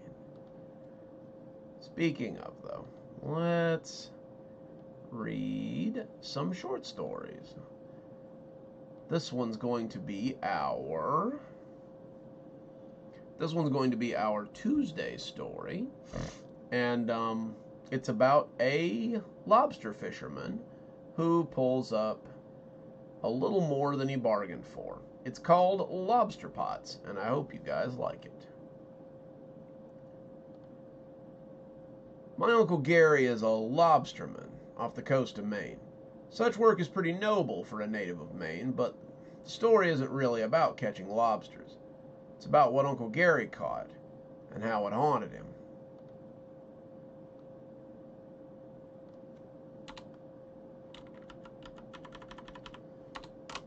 There we go. Uncle Gary likes to drink beer at the Rusty Spoke after a long day of working on the water. He can be found there most any night, having a beer and talking about his catch. Uncle Gary is also fond of what people call fish stories. If you caught a 2-pound lobster, then Uncle Gary caught a 5-pound lobster. If you caught a swordfish, Uncle Gary caught a hammerhead. If you caught a tuna, then Uncle Gary caught a whale. You see where I'm going with this. My brother and my dad and I also work as fishermen, though we're out catching halibut and mackerel instead of lobster. Dad likes to say that Uncle Gary usually goes down to the Spoke because otherwise he'd have to go home to his wife, and those of us who knew Aunt Sheila understood why nobody wants to do that. Uncle Gary had been having a pretty good month, it seemed. He's been buying rounds for people, he's been fixing up his house, and I'm pretty sure I saw a new boat out in the harbor. I don't know where he's fishing at, but the wharf master says he's been bringing in a lot of lobster lately. Big ones, too. Numbers that the local guys who track these kinds of things are scratching their heads at. He's been in a great mood, but that mood, it seems, was about to change. We came in today and found Uncle Gary already nursing a pint. We all just shook our heads as we saw him, saying that he must have had another story to tell us. We'd had a good day of fishing, but the second we told him, I was sure that Uncle Gary would claim he'd had a better one. I don't know, though, something about the way he was looking at that pint should have clued me in, but I took a seat next to him and jokingly asked if he'd caught a mermaid or the lost treasure of Atlantis or something, before ordering a drink of my own. Uncle Gary turned to look at me, and when he did, I wished to Christ he hadn't. Poor guy looked like 5 miles of bad ocean, and I was suddenly a little afraid to let him drive home. I caught a lobster, he said, though he didn't sound like he was overly proud of it.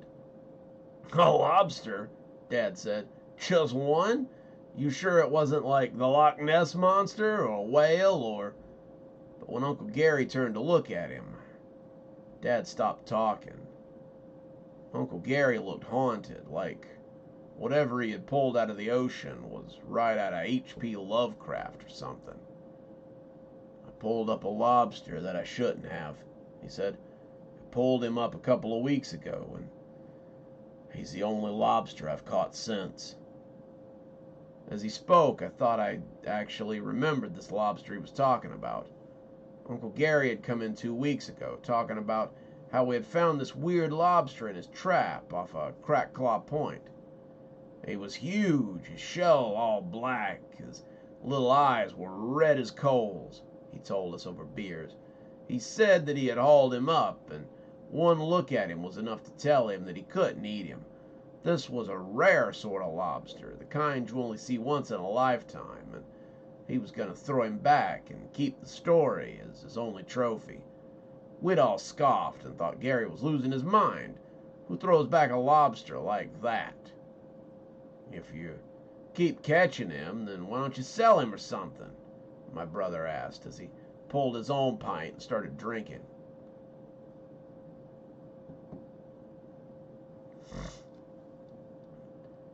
Well, something I left out of the story when I told you fellas, Uncle Gary said as he tore up the coaster that his beer had been on.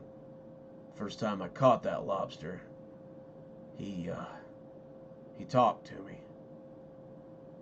We laughed, thinking Uncle Gary was making a joke, but I couldn't.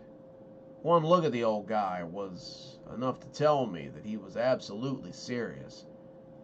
He was just as silent as the grave and twice as serious as he sat there, making little piles out of the coaster and staring at his beer. "Let me get this straight," my dad said. "You pulled up a solid black lobster that talks out of the ocean, and you, what, just let him go?" Uncle Gary nodded. That's all it took to send them laughing again. I couldn't blame them. This was a little different, but it was the same old Uncle Gary game. He was going to come out and tell us some fish story that there was no way was true, and we were going to laugh and say, "Sure, Uncle Gary, sure," like we always did. From my seat, though, I could see how haunted he was, and I wasn't laughing. He was the biggest lobster I ever caught. As I pulled up the lobster pot, I thought I had caught 3 or 4 regular-sized lobsters. The thing weighed about 30 pounds. And the claws on it looked like they could have taken the cage apart if he wanted to. He didn't move, though. He didn't make a noise. He just sat there and looked at me with his little beady lobster eyes that were the color of blood. I was already counting the money I was gonna get for him at the market when all of a sudden he spoke. He spoke in a deep voice, like something out of the pits of hell. I could hear it in my mind instead of my ears. He said if I threw him back, he'd grant me my heart's desire. I was speechless. You only hear about things like that in kids' stories, but I was excited too. You read about this, but you never think anything like it's going to happen to you. He asked me if I wanted something. After a little bit of thought, I smiled as I came up with what I believed was the best wish. "Oh? What'd you wish for? A new bass boat, a condo down in Miami, lifetime supply of mackerel?" my dad asked. He and my brother were laughing again like it was the biggest joke ever. I told him that every time I put my lobster pot in the water, I wanted to catch him. I wanted to catch him again and again and get his wish over and over again. "Smart," my brother said. "Like telling a genie you want infinite wishes or something." That's what I thought too, but turned out I really hadn't thought it through very well at all. I spent the next 2 weeks pulling him up again and again, and every time I would wish for something different. I'd wish for 100 grand in my bank account. I'd wish for a brand new lobster boat. I'd wish for 100 lobsters, each of them 20 pounds, and each time he would grant it for me. The old guy really seemed to like coming up again and again. And after a while, I started to think he looked forward to our daily routine. "Sounds pretty good," my brother told me. "So why is it a bad thing?" Well, the other day I yanked him up and was getting ready to make my wish when my cell phone rang. I usually can't get service out there. Leave it to your aunt to know exactly how to get a hold of me when she wants me. It was her, all right. She was mad. She started yelling, really laying into me. I guess I forgot to do something before I went out that day, and she let me know about it. She told me I was worthless, and I couldn't do anything right, and that all I was good for was catching lobsters because I'd never been good for much else, and she couldn't remember why she married me in the first place. I sat there listening to her, and my luck had been so good that maybe I just didn't think about what I was doing. I looked her dead in the phone and said I wish she would shut the hell up and get the fuck away from me. Well, she stopped talking pretty quick. Thought maybe I'd lost her. Then I looked down, and sure enough, she was still on the phone with me. I couldn't understand what had happened, and then I looked over at the lobster and realized what I had done. He was looking down at his beer, and I didn't think I'd ever seen him look so distraught. It was like something had been ripped away from him, something deep down in his soul, and without it, he was just sort of empty. I'd wished your Aunt Sheila away, and I was horrified. Then I thought, hey, no problem. I'll just have the lobster bring her back again. I threw him back in and pulled him back up again, telling him I wanted your Aunt Sheila back, but he just sat there and looked at me like I was an idiot or something. Threw him back in, pulled him up again, but he still wouldn't bring her back. I was crying by that time. I brought him up for a fifth time, but no matter how many times I put him down and brought him up again, he never brought her back. We were all a little speechless by then, but Dad still must have thought this was the punchline he'd been waiting for. Boy, did you luck out. Sheila's a real ballbuster. Seems like you got a little piece and still got a magic lobster. My Uncle Gary turned and looked at him. It was the closest I think I've ever seen him to putting his hands on my dad. That ain't funny, Bruce. I know what you guys think about my wife. I know you think she's a harridan and a ballbuster, and I'd be better off without her. But in truth, that woman's the most precious thing to me I've ever had. I don't always like the way she talks to me, but I love that woman more than anything. I'd sooner trade places with that lobster than try to live without her. We all just sat there quietly for a little while, looking at our beers and weighing what Uncle Gary had said. It's pretty terrible when you thought about it. And clearly, he was taking it pretty hard. We didn't see my uncle for a couple of days, and Dad said he wasn't answering his phone either. We were worried that maybe he'd hurt himself, but when he appeared back in the spoke one night, we all breathed a sigh of relief. He'd probably just been out on a long voyage, something that all of us were guilty of from time to time. We went to sit with him and offered to buy him a drink, and our relief lasted until he started talking. I wonder what it's like to be one of those lobsters. All three of us turned to stare at him, not quite sure what he was getting at. What, like the ones we catch? I've been talking with that black bastard that I keep pulling up in the lobster trap. He says it's nice down there, that he's down there.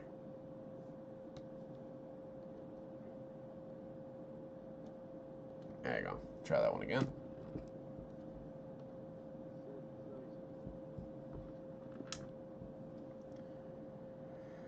Ugh, goodness. He says it's nice down there, and that he's been down there for an eternity. No way. The oldest lobster that's ever been found was 150 years old at the best.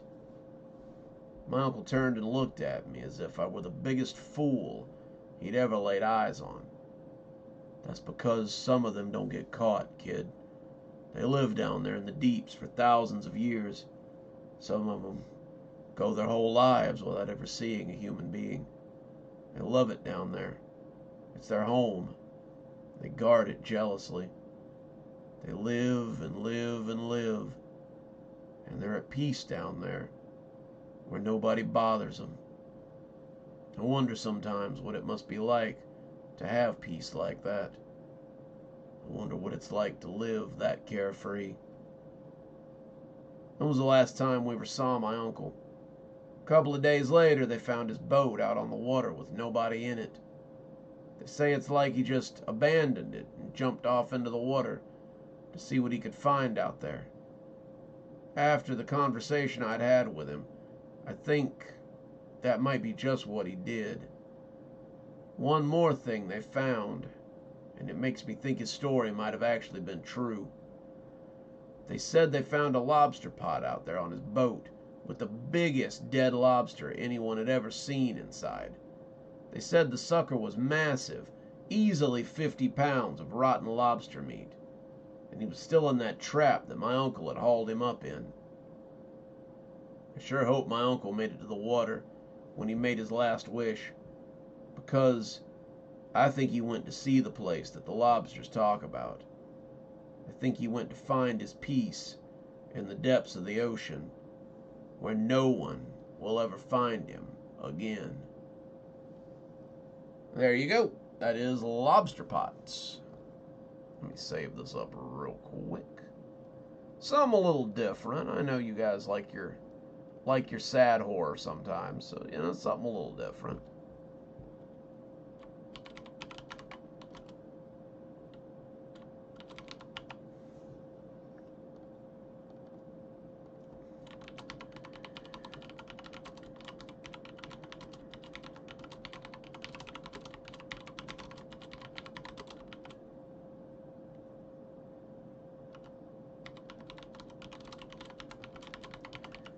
Well, thank you, Blondie. I like to throw you guys curveballs every now and again. Keep you guessing.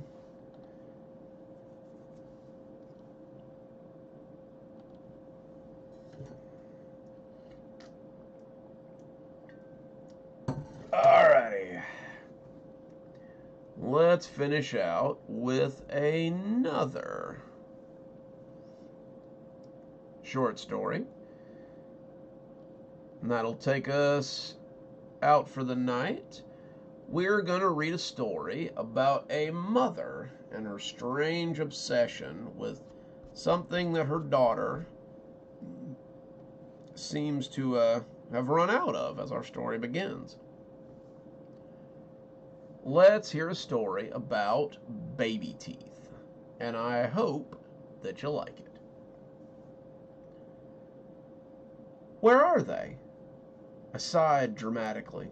Come on, Mom, really? My mom fixed me with a withering look, but it was hard for her to mask the excitement that lay behind it. You know the rules. All your baby teeth belong to me. It's Mommy's rule. Always has been, always will be. I held out the little brown envelope that Dr. Mason always put my teeth in, and I thought for a moment she was going to knock me over to get them. My mother had given him special orders that she was to receive all my baby teeth, no exception, and he hadn't really argued. I had assumed that I wasn't the only one whose mom was insistent on collecting their teeth. I talked about it with friends, and some of them said their parents had a gross obsession with keeping their teeth as well. It didn't really make a lot of sense to me, but maybe she was putting them in a baby book or keeping them for some kind of art project or something. Either one of those things made my skin crawl, but it was Mom's rule, and we always followed Mom's rules. Other than the teeth thing, Mom was pretty cool about most other things. She let me stay up till 10 o'clock at night, even when I was little. She usually let me pick out my own clothes, and she pretty much let me eat and cook whatever I wanted for dinner. I knew other people's moms who didn't do that, so I suppose it was okay for her to have some weird ideas about teeth if it meant I had a little more personal freedom. Give me just a second. I've got an itch right in my back. Oh, that's better. It's been bothering me for a minute. That's right, baby teeth.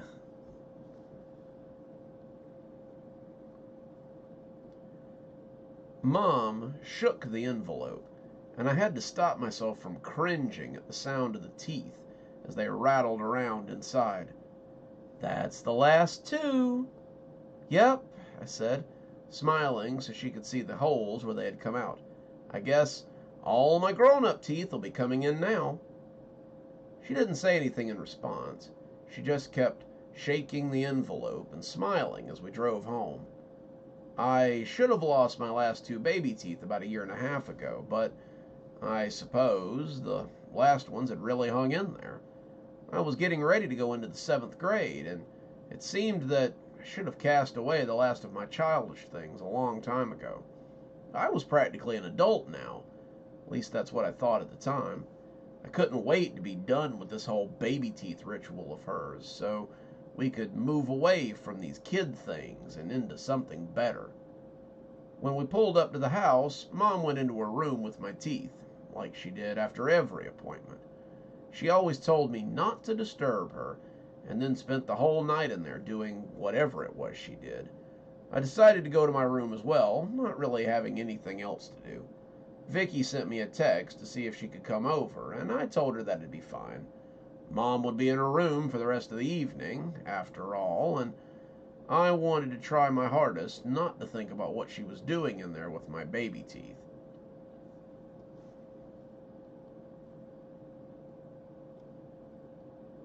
Bleh.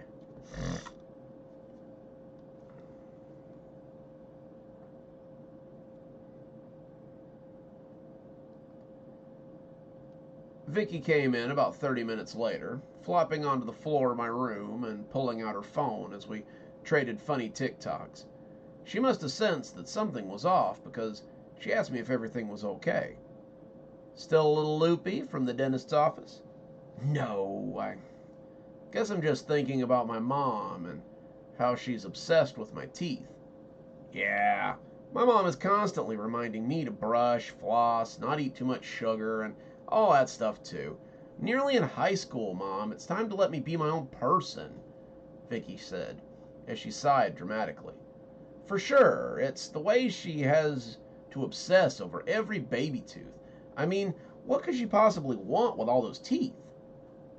Vicky turned to look at me, raising an eyebrow.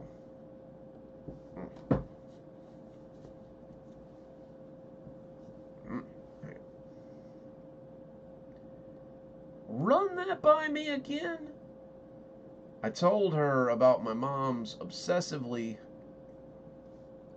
Try that again. Run that by me again? I told her about how my mom obsessively keeps all my baby teeth from every dentist appointment. And the more I talked about it, the more I could tell that it wasn't something that everyone's parents just did. Wow, no, that's psychotic. Why does she need all those teeth? Beats me. I guess I thought that everyone's parents did that. My mom might have kept the first couple of my baby teeth for her baby book, but I don't think she kept any of them after I was like 2 or something. About that time, I heard my mom's door open, and then she came hurrying out into the hall. She noticed the two of us sitting in my room and smiled as she greeted us, but there was something a little off about that smile. It looked worried and a bit manic, like she'd forgotten something in the oven, but she didn't want us to worry about it. Victoria, so good to see you. I'll be out for a moment, girls. I've forgotten to pick something up. Please, while I'm gone, don't bother anything in my room if you don't mind. I have something in there that I don't want to be disturbed. She left in a hurry after that, closing the front door before speeding out of the driveway like whatever she had forgotten might expire before she got there. Vicky looked at me, her smile long and mischievous, but I was already shaking my head as she got up and headed for the door. Whatever you're thinking, no. I don't want to get in trouble because you're feeling curious. Oh, come on. It's clearly got something to do with your teeth. She said she had something set up in there. What if she's making something weird or doing some kind of odd crafts with them or, I don't know, something? You know she's going to hide it when she's done. Mothers always do that kind of thing. If you want to know what it is, then we'd better go have a look before she manages to stash it. Ugh, my allergies are super bad today.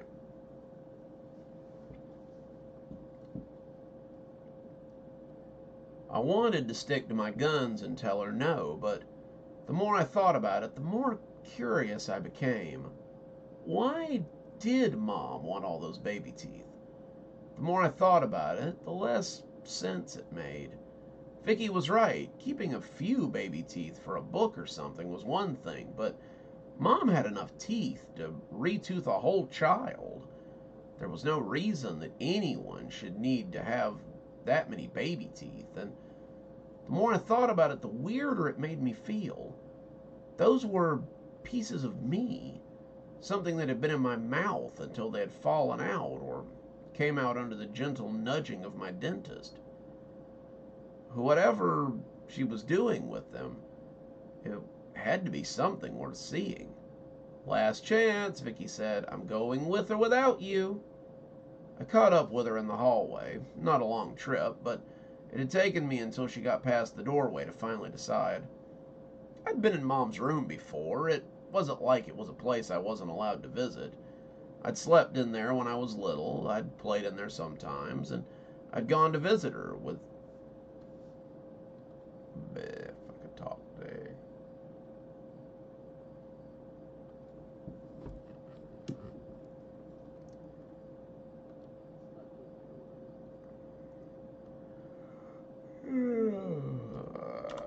Okay.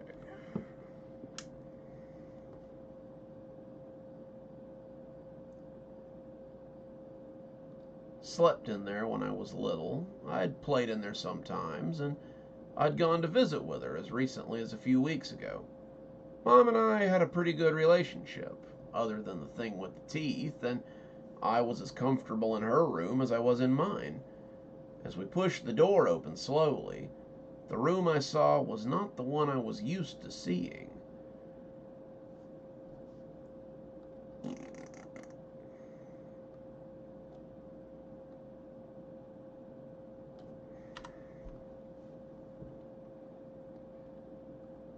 Mom's room was usually pretty tidy.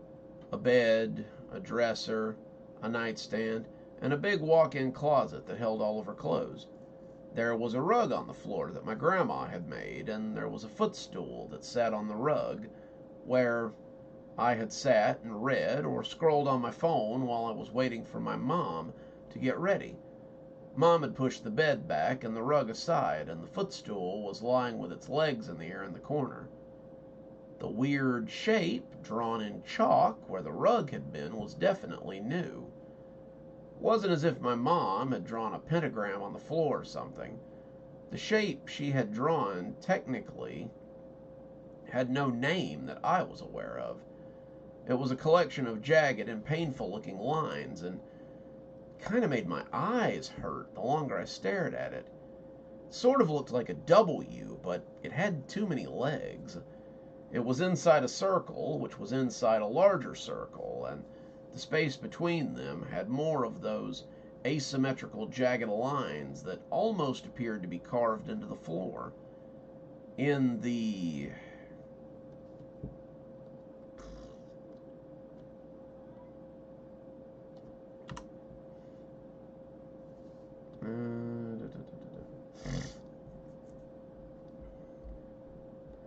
In the space between the jagged lines were my baby teeth. They had been set with the crowns of each tooth facing the floor, and the pointed legs of each tooth facing the ceiling, as if preparing to ascend.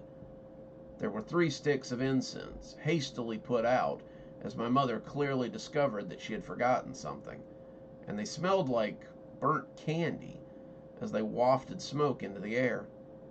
Vicky and I just stood there, staring at this for a moment, not really sure what to say. "What the hell?" Vicky asked. "What sort of voodoo shit is your mom up to?" I started to investigate, but that was when I heard the front door open and close quickly. I froze. It appeared that Mom had been quicker than I thought. I couldn't get back to my room. She would see us coming out of her bedroom and know we'd been snooping. I looked around and finally decided our only option was the walk-in closet. I grabbed Vicky by the shoulder and pushed her in, coming in as I tipped the door and hunkered as low as I could. "What are you?" Vicky started to bluster, but I shushed her as Mom came into the bedroom and slammed the door behind her.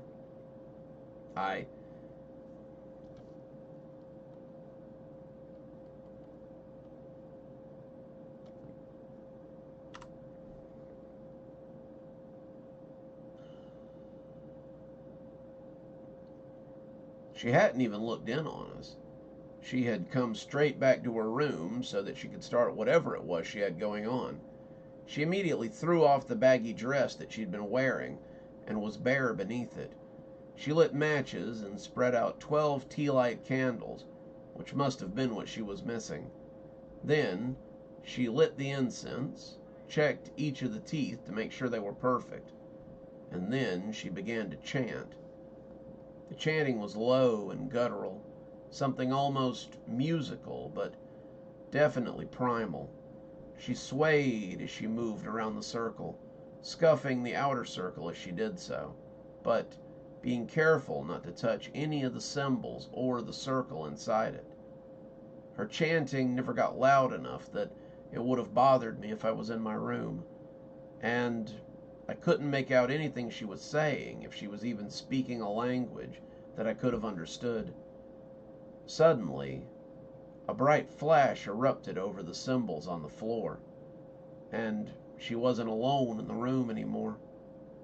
Something hung in the air, something wearing a dirty sheet, something with wings that looked like a multitude of flying insects. I could hear a mild buzzing coming from the creature, and there was a smell that made my teeth come together and grind. It was used dental floss, old toothpaste, and the metallic smell of used pennies. "Have you assembled the offering?" it asked, its voice like a swarm of bugs. "I have," she whispered, her voice edged with excitement. "What is your wish?" "Give me the girl who grew these teeth. Give me the baby girl who was once my darling angel. Give me the child that I nursed at my breast. That is what I desire." "What the hell is—" But I covered Vicky's mouth before she could give her a...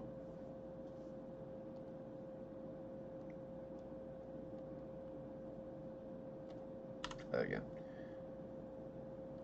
Before she could give us away and begin to get hysterical. Vicky was a good friend, but she tended to get hysterical pretty quickly when things got scary. The creature didn't say anything. It just nodded, and with her...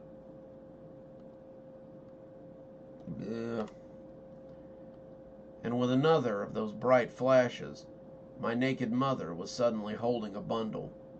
The bundle squirmed and kicked its little legs as it snuggled against my mother, and she looked down in absolute motherly adoration, the creature speaking to her for the last time. "If you wish to make another request, you know the price, and you know what you must give." My mother nodded frantically, thanking it for its generosity, and then the creature disappeared in a puff of acrid smoke. I wouldn't discover it till later, but all my baby teeth were gone, and even the chalk symbol that had encircled them had been removed completely. My mom sang to the baby as the two of us hunkered in the closet, trying to make sense of what was happening. After a few minutes, she glanced around fretfully before wrapping the kid in a blanket and scuttling off like a rat.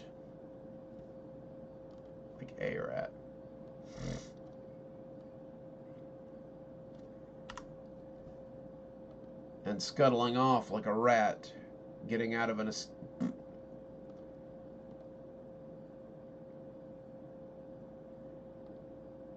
scuttling off with her if I could talk today.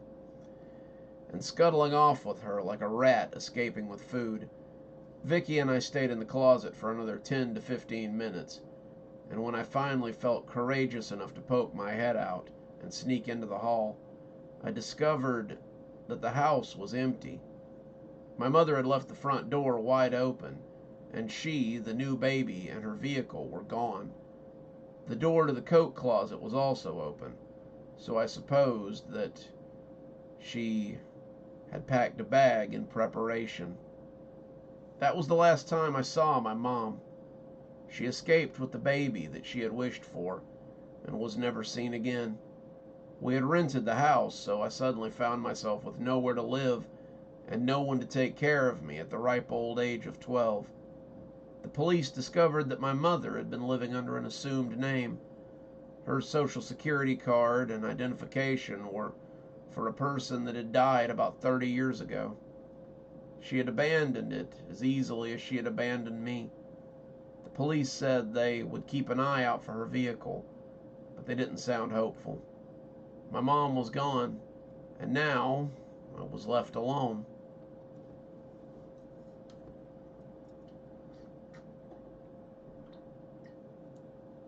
Ooh.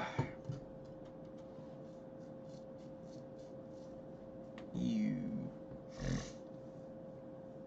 I've been playing around with smells a lot more recently, so I think I've done a pretty good job of putting them in there.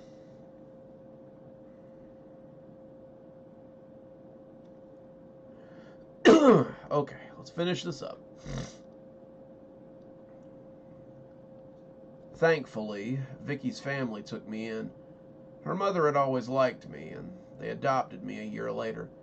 Vicky and I lived like sisters after that, and I found a family in her parents that I realized I'd never had with Mom. My cool mom now seemed more aloof and standoffish than anything. It wasn't that she let me pick out my own clothes or cook my own meals, because she felt like I needed independence. It wasn't that she let me stay up late or stay out after dark because she was laid back. At the end of the day, she just didn't care about me. And I wouldn't understand why until I met someone very special a few years later. When I was 17, about 4 years after my mom suddenly abandoned me, a woman came to the door and told me she was my older sister. Her name was Janice, and she had a very strange story to tell me. About the time I turned 6, Mom suddenly didn't really find me as interesting as she had when I was a baby. I didn't understand why she kept my baby teeth either, but I assumed that every parent kept their kids' baby teeth. Then, one afternoon, I came in and found Mom had abandoned me. Her bedroom looked ransacked, her clothes thrown into trash bags, and then left behind. She took only the essentials, and when she left, suddenly, bleh,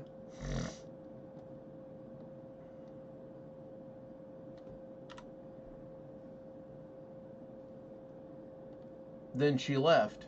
But something else I remember that stood out oddly to me were the bags on the bed that were full of old baby clothes.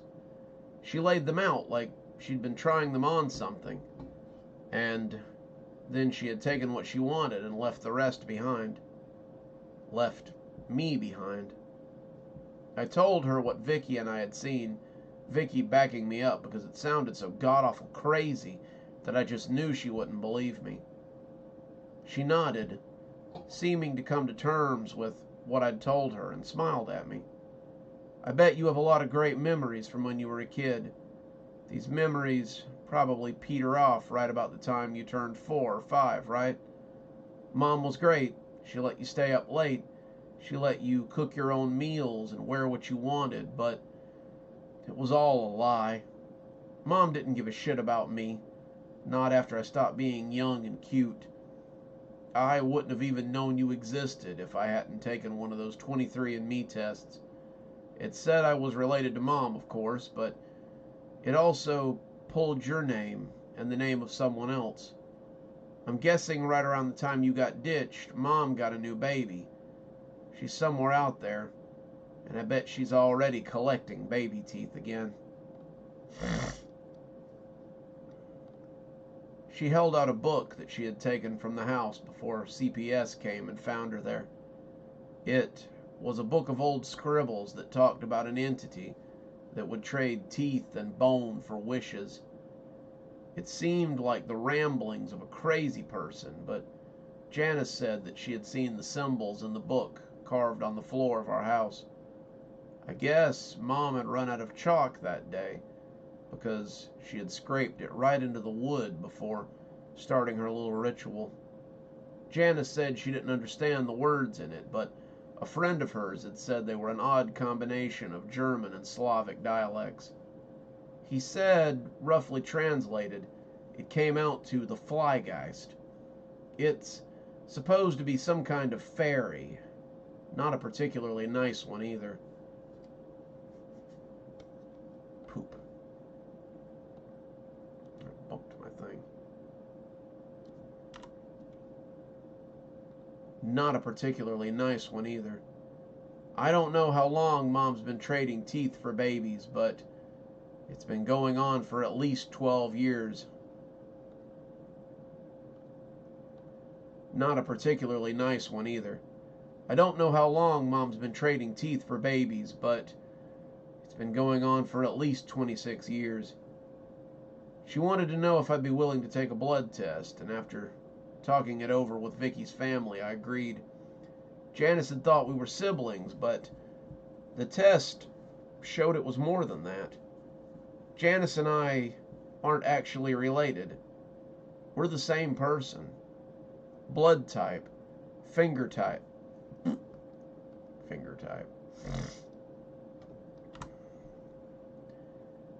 fingerprints, voice recognition, everything. We're exactly the same person, just with a 12-year age difference.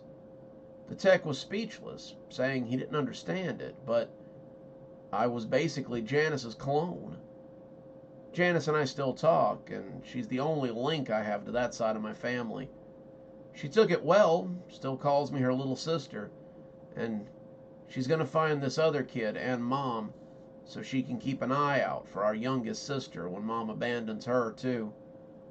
I'm in college now, working on my bachelor's degree in English and foreign languages, but something keeps me up at night as I study a little more into some of the things inside that journal.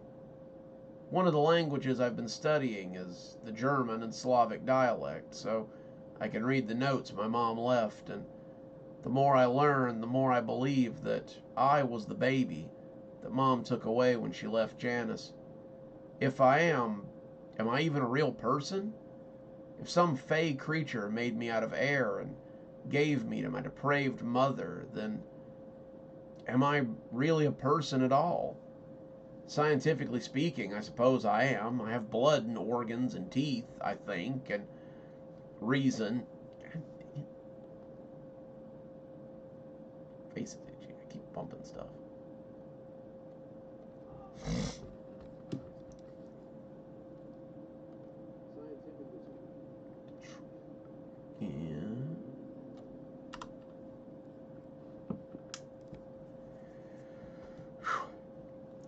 Scientifically speaking, I suppose I am. I have blood and organs and teeth.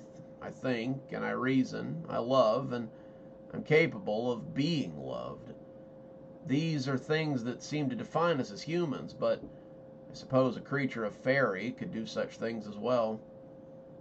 I don't know what to make of any of this, but I suppose there's a lesson in being very careful with the parts of you that you discard. You never know who might find them, and who might find them valuable. And there you go. That's baby teeth. I hope you guys enjoyed it, and I hope you guys enjoyed tonight's reading of our short stories for next week, and I hope you guys will join us next week, whatever. Same bat time, same bat channel. You guys know where to find me. Any rate, I hope you guys enjoyed yourself, and I hope we'll see you very soon. I'm gonna go to bed. I'm losing my voice again. But, we'll catch you guys next time. Dr. Plague, signing off. You guys have a good one. We love you, and we're glad you tuned in.